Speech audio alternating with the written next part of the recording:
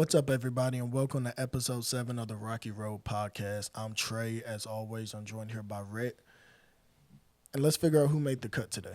So, jersey of the day is the Utah Jazz, 2021 to 24 home, away jersey.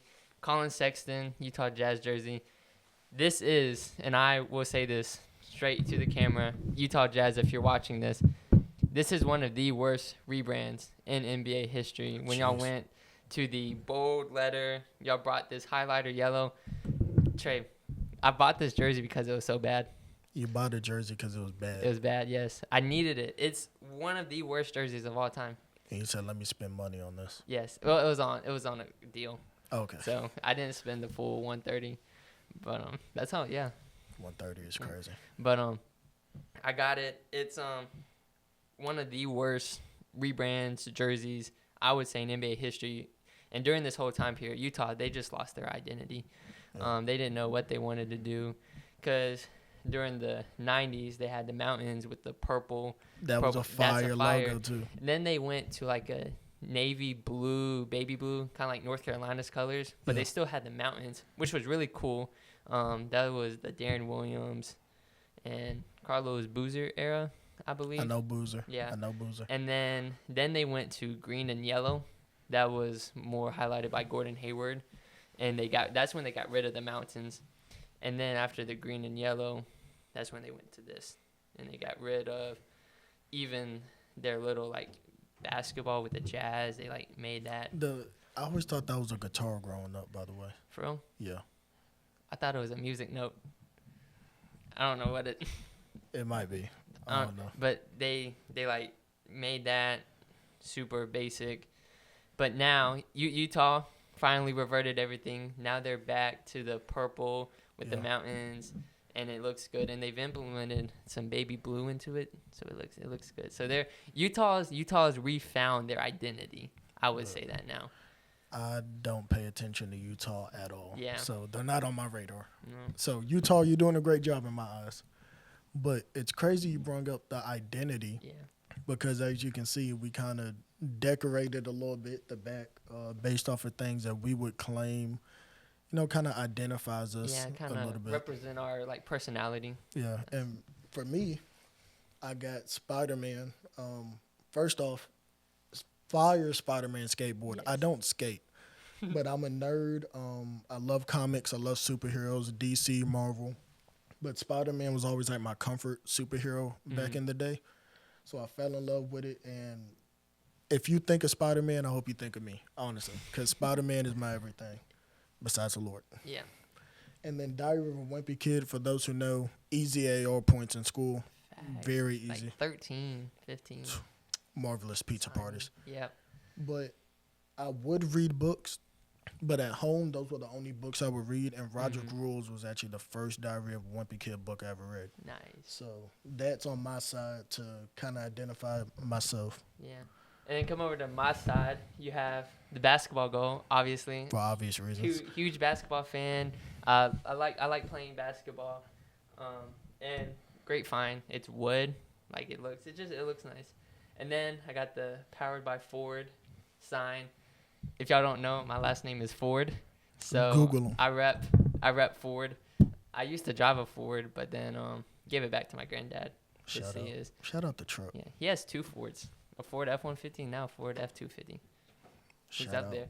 And then I've got you probably can't see it on camera, a mini basketball court of Miami City Edition court, their Miami Vice. I got that while in Miami at their stadium. Miami, she done it, I found. And then I've got a duck, an alien duck. For some reason, that's what I asked for Christmas. A whole bunch of ducks. My grandma was begging me what I wanted. This Christmas? Yeah. Okay. Yeah, this Christmas.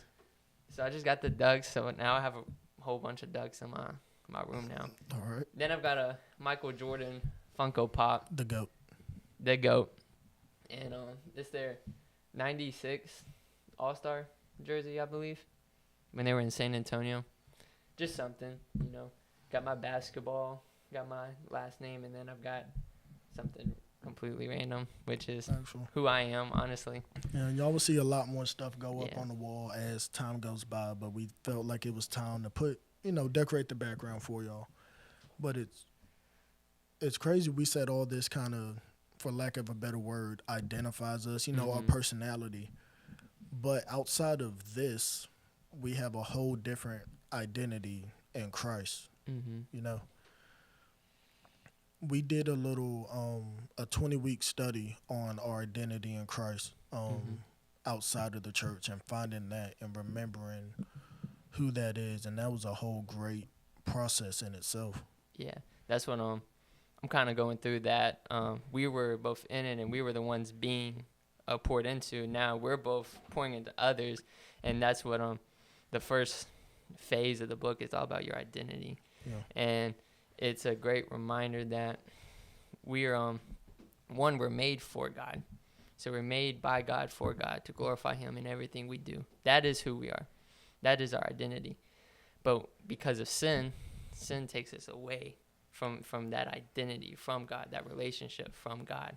Yeah. So that sin separates us. Well, now we need something to bring us back. But that's what the blood of Christ does. Christ brings us back to God, but then we have to search. We have to search for that, because it's not something we're born with. There's something the book said. I can't remember what it said, but it said you're born with something, but you're not born with your identity, so you have to go search it. Yeah. And because of that, you see a lot of people, they try to search their identity or try to find their identity, but they try to search for it in the wrong places, whether it be money, relationships, sports, alcohol, drugs, whatever you could say, whatever. Anything that's not Christ, you're finding your identity in something else. Yeah, I know for me growing up, my identity was always football. Like, if it wasn't football, it wasn't Trey. Yeah. Like, that point blank period. Playing football, watching football, coaching football, just football. Yeah. But someone about a couple months ago said everyone has a Jesus-shaped hole in their heart. Yeah. And they try to fill it with something else. Well, forever I was just filling it with football, and then when I wasn't playing football no more, it turned into other things, relationships, going out, just other stuff, trying to fill it. But you never really feel, like, satisfied. Yeah. Because it's good in the moment. Yeah. Like, dude, when I put that helmet on, strap up, go run through someone's face, if you know, you know. It feels good in the moment, but once you take that helmet off, I mean, all that ends at some point. Yeah. That feeling goes away. Going out, that feeling goes away. All those are temporary fixes. But they said once you plug that Jesus-sized hole in with Jesus, that's not temporary. That's forever. Yeah. That's everlasting, because he has an everlasting love that's never going to leave us. And that's when you start feeling that peace and that joy that you've been searching for all along. And I can attest that's a true feeling. Yeah, Mom was always basketball. And that's what I always try to find my peace and my joy at. And I remember there would be some mornings I would go up, try to make 100 shots before school every day. And I would just, if the things didn't go my way, if I wasn't making my shots, and if it wasn't a good day, I would throw the ball off the wall.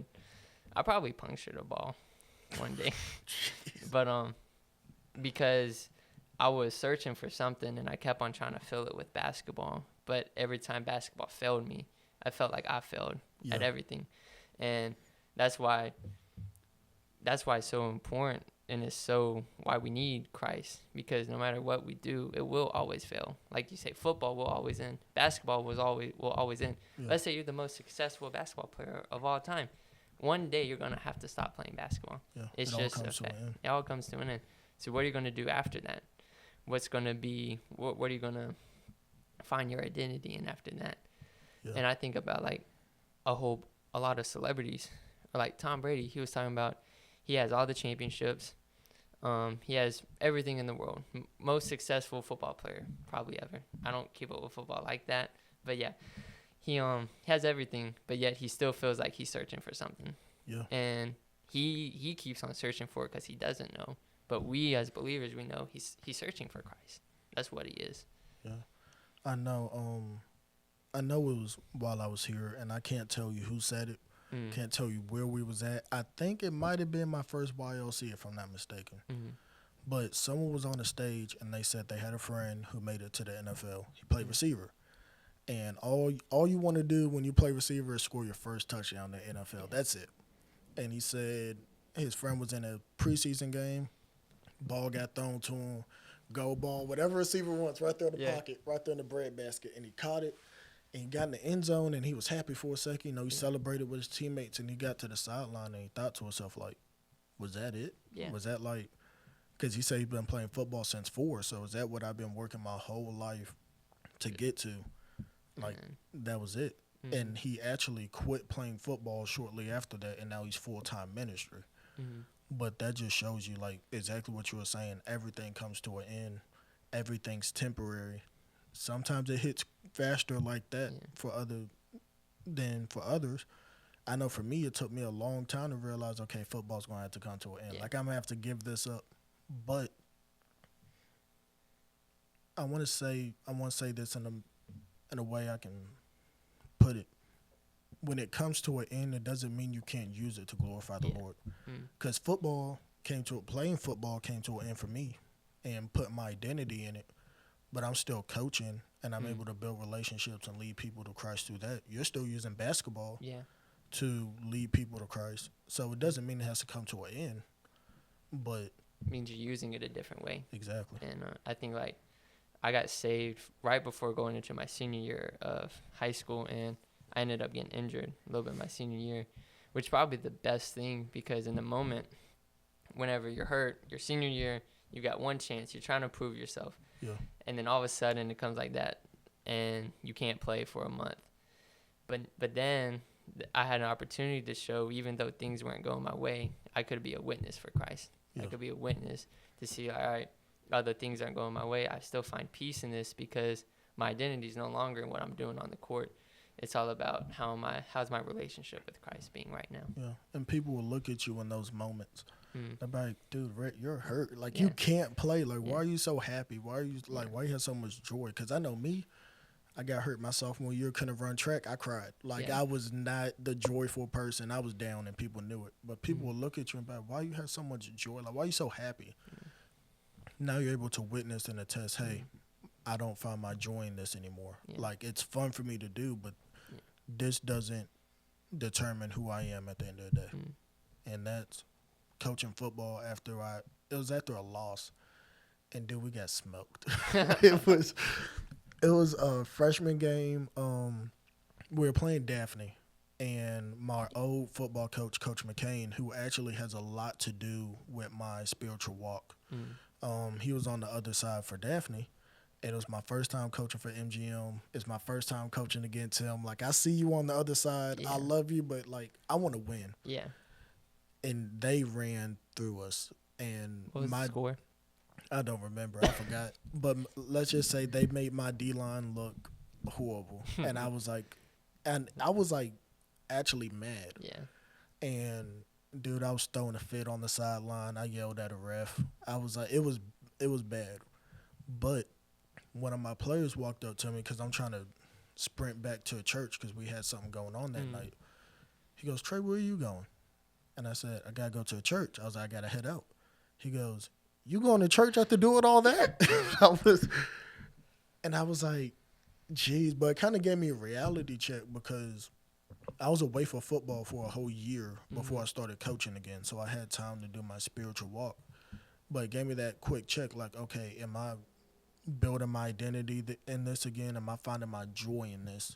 Because at the end of the day, let's say nobody out there knew me from Adam. Yeah. They just see a coach going berserk. They're gonna be like, okay, that man don't know Christ. Like, that, is he a church goer? But when we switch up and people know, like, hey, this isn't me, this isn't where I find my joy at. Brother Austin said it the best. He said, let me remember what he said. Yeah. He said, at the end of the day, all he wants to do is for people to see Christ through him where he's at. Yeah. And if we can do that, then one, our identity's in him, but two, then we can witness correctly to those people. And all we can do is just try our best, just do the best we can. I mean, there's gonna be moments where we do may slip up. I know me, basketball, parents yelling at me. I want to yell, man. In the middle of a game, we were down by like 30, but then I kept my starting five and I told them, hey, let's make one more push. We're down 30, but then we start coming back. We get it within a 15-point game within like 2 minutes. Yeah. So now I'm like, all right, we got one more chance. I'm thinking one more last push. If we don't get it within like 8, within 2-3 minutes, pulling everybody out, because I haven't had any of my bench players play. Yeah. Right whenever we're starting to make this run, one of my parents comes to the side of me in the middle of the game. I'm trying to call box one. Box one. I don't know what that is, but just basic, like make a box, set screen, you go down, you come out. The basic. I'm trying to call. So basic. He come grab my arm, talking about, what are you doing? You need to put my kid in the game. Is that how he sounded? Yes. Okay. And he was like, I'm not gonna height shame, but he was like 5'7", 5'6". Yeah. So I'm like, bro, what are you doing? And then I wanted to. The flesh almost took over. But then I was able to compose myself in that moment. And then later I got a call from like the director of the organization. He said, hey, I don't know if you know, but some people saw the way how you reacted in that situation. So that's just a moment. And that wasn't me. That was pure Holy Spirit. But in those moments we do mess up, that's not our identity, because our identity is now found in the blood of Christ. Our God loves us enough that he doesn't see us for our wrongs. He sees us for the one right decision we made in our life, which is give our lives to Christ. And it's crazy when people see your reaction. Some people, because I know at work, dude, you worked with me, you know. Yeah. People would get on my nerves and they push me to like that breaking point. Mm-hmm. And then sometimes, Trey does blow up a little bit, you know, because we're human. Our flesh takes over every once in a while. We explode.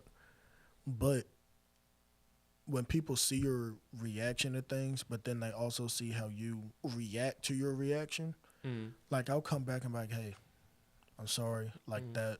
I shouldn't have did that. Even if I felt like I was 100% in the right, like even if my pride took over and I'm like, I ain't do a thing wrong, this is your fault, but like I'll still come back, hey man, I'm sorry. I shouldn't have did that. I shouldn't have reacted that way because it wasn't that deep.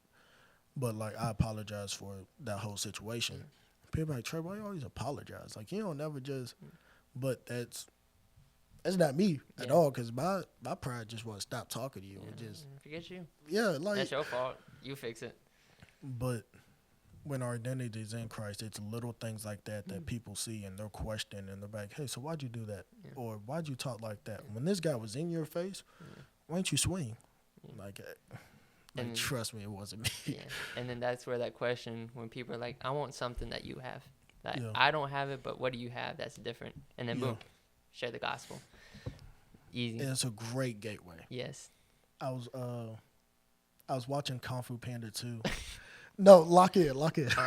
So I was watching Kung Fu Panda 2 not too long ago. And you know how in one of our, I forgot what it was called. We was going in our little groups. They basically say you can find Christ in everything. Yeah. And in everyone. I remember that, yeah. So I was watching Kung Fu Panda 2, and it's right when Po finds out like that the duck's not his dad. Like he's actually for real. He's actually like birthed from a panda. And like he figures out like his real dad, and he's literally going through identity crisis because he's also trying to figure out if he wants to train or still be a student. So he's like, all right, what am I? Yeah. So he goes on like this whole journey. It's the whole movie. Yeah. A great movie, by the way. But he goes on his whole journey, and there was like this old wise goat, like right in the middle of Po getting beat up. And she was like, who are you? Like, it doesn't matter who you were when you were birthed. It doesn't matter, like, what you identified in the past. Who are you now? Mm-hmm. And then Poe starts doing like this whole dragon warrior, like doing the symbols. Yeah, it's so fire. And then the like oxen or whoever he's fighting, he asks Poe and he goes, "Dude, who are you?" Because like Poe's like floating in the air, like spill around, like finna. I don't even know. He's like, "Bro, who are you?" And Poe's like, great monologue. He's like, I've been asking myself the same thing. Am I the son of a duck? Am I a son of a panda? Am I a master? Am I a student? He was like, I'm all those things. I'm the Dragon Warrior. Which wasn't after Dragon Warrior, but it put me, knowing that we was going to talk about identity today, it was kind of cool to see that picture in a kid's film. Mm-hmm. Like, here this guy is going through a whole identity crisis, went on this long journey just to figure out who he is. And we go through that same thing every single day. I just finished a video game where that's the entire story. He ultimately he wants more for himself, but by wanting more, he loses himself, and he wants money. What game is this? Assassin's Creed 4. Okay. Yeah. I should have known. Black Flag. It's a pirate game. Fire game, by the way. But he wants more. But then whenever all those things lose him, whenever he loses his friends, he loses the money, what does he become? And he sadly he never finds Christ. but couldn't put that in the game. No. No, it's a cool thing to think about, especially the whole identity wise. Coaching and being around students a lot, seeing how a bunch of them put their identities in other things. Sometimes I just want to grab them. I just went back, hey, I was like, stop. Yeah. Like, relax for a second. Like, you're hurt. You hurt your hamstring playing baseball. It's not the end of the world. Yeah. Or you made a bad grade on a test. Yeah, let's get those grades up, but it's not the end of the world. Yeah, that doesn't define you. Yeah. So everybody has an identity crisis, and everybody has that hole, but few people, and I actually did look this up, and I'll bring this up in a sec. Few people know what to fill that hole with. And there's actually a lot of people, not only in the United States, but in Alabama, who's never heard the word of God. So when I say few people, like few people. And then it's still people that say like, hey, I'm a Christian. Yeah. Or, hey, yeah, I believe in God. But they'll have like the whole wrong depiction. Yeah. They don't follow Christ. They just claim it. Kirk Cousins said, I love Kirk Cousins. You like that? Yeah. Love Kirk Cousins. But he said there's fans of Jesus and then there's followers of Jesus. Fans of Jesus like the idea of it. They like that there could be a God out there, that Jesus out there. Followers of Jesus walk the path, walk the narrow path, die to themselves daily, and all that. And once I heard him talk about that, and I say I love Kirk Cousins, I love him as a person, as a football player. Yeah. But once I heard him say that, I really like separated the two, or it's easier to see which one you fall into. Yeah, it is. I think it's cool you brought up like Alabama, like few people in Alabama have heard it, because when you think about Alabama, you think of one of the most Christian states in the entire country. Belt. Yeah, like right in the middle, and the fact that there are people out there who have never heard the gospel, who don't even know the word Jesus or know nothing about it, which means that there is still work to do. You know, so often, and I find myself in this situation, so often we want to go to this mission trip in this city or this state, or we want to go to this country and all that, when there's a person right next to you that God has placed you right by for a reason to go share the gospel with them. But we're not willing to do that. And it's crazy because you never know who the Lord has placed you to go witness to if you never try to talk to the person. I know me at work, I don't like talking. I'm there for 10 hours a day. I don't want to talk. I just want to put the nut on the boat, go home, you know. But once I started talking to people and I started hearing like some of their stories, and there's this one guy, doesn't speak English, he's Hispanic. And I started talking to him, and he's like, "Yeah, I've been baptized." Well, through a translator, Yeah. of course. But he's like, "Yeah, I've been baptized." And I'm like, "Oh, okay, so you believe in God?" He's like, "Yeah." I was like, "Cool." That was it. Yeah. I was like, "Okay, boom, you're a Christian. You know the story. Whatever." Months go by. Now I'm back working with him. Feels like I can never get away from him. But I'm back working with him, and something told me to ask him a little deeper. And he's one of the people who have like kind of the wrong depiction Mm-hmm. of the gospel. And he'll be like, "Yeah, but I don't believe in Jesus, and I think the cross is like a devil symbol." And I'm like, "Okay." I was like, "Let's talk about this some more." Yeah. I was like, "Let's dive into this, see Yeah. what we can unravel." But it's all about the country, like where he's come from, Mm-hmm. because a lot of these people are coming from other places out of country Mm-hmm.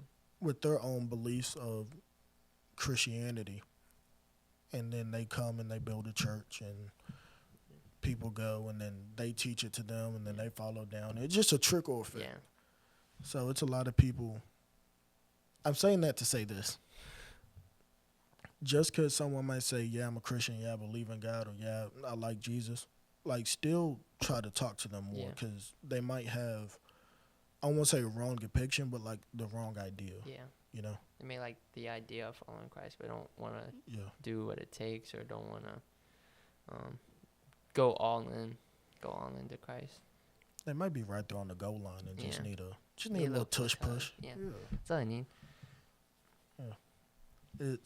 It's crazy how many people you see that with though. Yeah. No, it's. Oh my Lord, what's his name? I've been brain farting this whole episode. There's a guy, you know who I'm talking about because you was there when it was told to us. Mm-hmm. I'm brain farting. Where was this at? It was here at the church. It was at the church, and we were sitting down, and we read his book, dude. Kevin Blackwell? Kevin Blackwell. Yeah. He said, was it Kevin Blackwell? He's the one who did the book, and he did come here. He was the I dude. know that. They said, so somebody, I'm not going to put on Kevin Blackwell, but Yeah. somebody was like, "Hey, I want to go pastor a church." And for a long time, like, there was this guy who lived across the street. It was Kevin, yeah. It was Kevin? Yeah, it was. Now, Dude, now, look at- I know what you're talking about now. Look Yeah. at me. Because it was a guy who lived across the street from this church for years. And when Kevin went to go speak to him, he was like, "I've been across this church for like many, many years. Mm-hmm. And no one has ever come knocked on my door and asked me how I've been. But that church has been to Africa and Uganda and this place and that place, out of countries." He's like, "Just start with your neighbors. Yeah.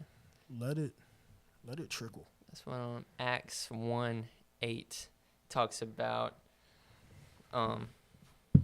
something, Judea, Samaria, I think it's Jerusalem, Judea, Samaria.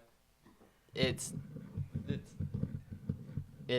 something, but and then we went on a mission trip, and they kind of put like a target, and the bullseye is Jerusalem, which is your city, Yeah. and that's where you're called to minister first. Yeah. And then the outer ring, I think it's either Samaria or Judea. Yeah. I don't know. That's your state. And then once you finally get, and I'll try to give you the eyes. You couldn't read my eyes. no, I'm sorry, y'all. But yeah, it's the circle that's basically depicting like, hey, start here, It's that, yeah, and then this will flow out. yeah. Like, start in your neighborhood. Mm-hmm. Your neighborhood will flow to your schools. Yeah. Your schools will flow to the outer parts of the cities. City will flow to the state. Yeah. State will flow to the countries. Country will flow to the world. Yeah. It's basically start where you're at now. Mm-hmm. We went on when we went to Westmo Wemos for the disciple making thing. Yeah, yeah, yeah. When the dude was on the board and he was like, if I start here and I disciple the 4 people, Yeah. and then I get those 4 people who I discipled to and taught them how to make disciples, and I tell them to disciple the 4 people each. Mm.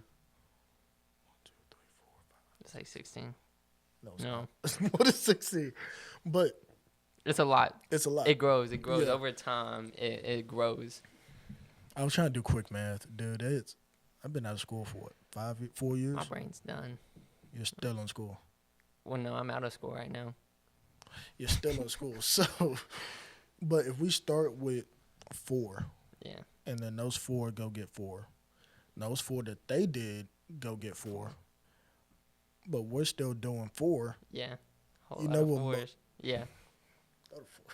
But it trickles, Yeah. and then it ends up spreading. My thing, one of my goals that I told my disciple making group said I want to take over the school system with the gospel. Mm-hmm. That's what I want to do. And the first thing they said that's going to be hard. I was like, well, yeah, it wasn't an easy Yeah. goal, but it's doable if you just focus on where you're at, the Mhm. relationships you built.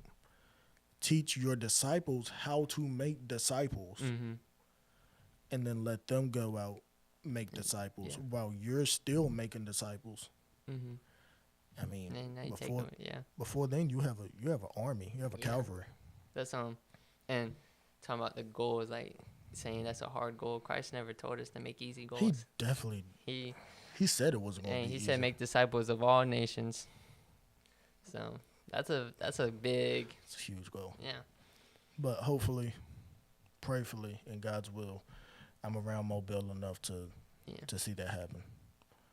But before we start yapping for a little too long, I hate to say it because y'all know I don't like it, but we got to do Rhett's word of the day. So I saw a notification. The SEC cut out the cupcake games at the late season. Like so, no more Alabama playing Western Carolina at the end. Okay, we played them at the beginning. Yeah. It roll tide. Yeah. We played them at the beginning. So that just caught my eye. But today's word of the day is Sonder. Sonder, I know that one. For real? Like music, Sonder music, and there's like kind of like a sad, chill, rainy vibe type of music. No. I'm tired of this, dude.